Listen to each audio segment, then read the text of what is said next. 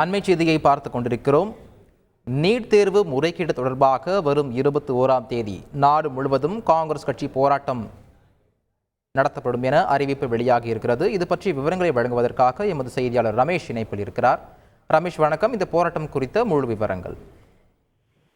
அண்மையில் நடைபெற்ற நீட் நுழைவுத் தேர்வில் ஏராளமான முறைகேடுகள் நடைபெற்றுள்ளது.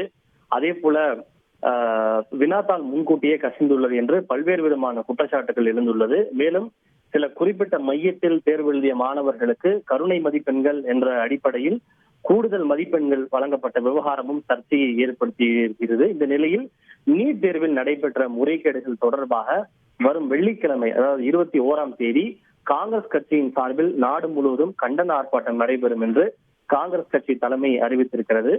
இது தொடர்பாக அனைத்து மாநில காங்கிரஸ் கமிட்டி தலைவர்கள், பொதுச் செயலாளர்கள் மற்றும் சட்டமன்ற குழு தலைவர்கள் ஆகியோருக்கு காங்கிரஸ் கட்சியின் பொதுச் செயலாளர் KC வேணுகோபால் எழுதியுள்ள கடிதத்தில் இந்த நீட் தேர்வில் ஏராளமான ஊழலும் முறைகேடுகளும் நடைபெற்றிருப்பதாகவும் இதில் அரசு போதிய நடவடிக்கை எடுக்கவில்லை.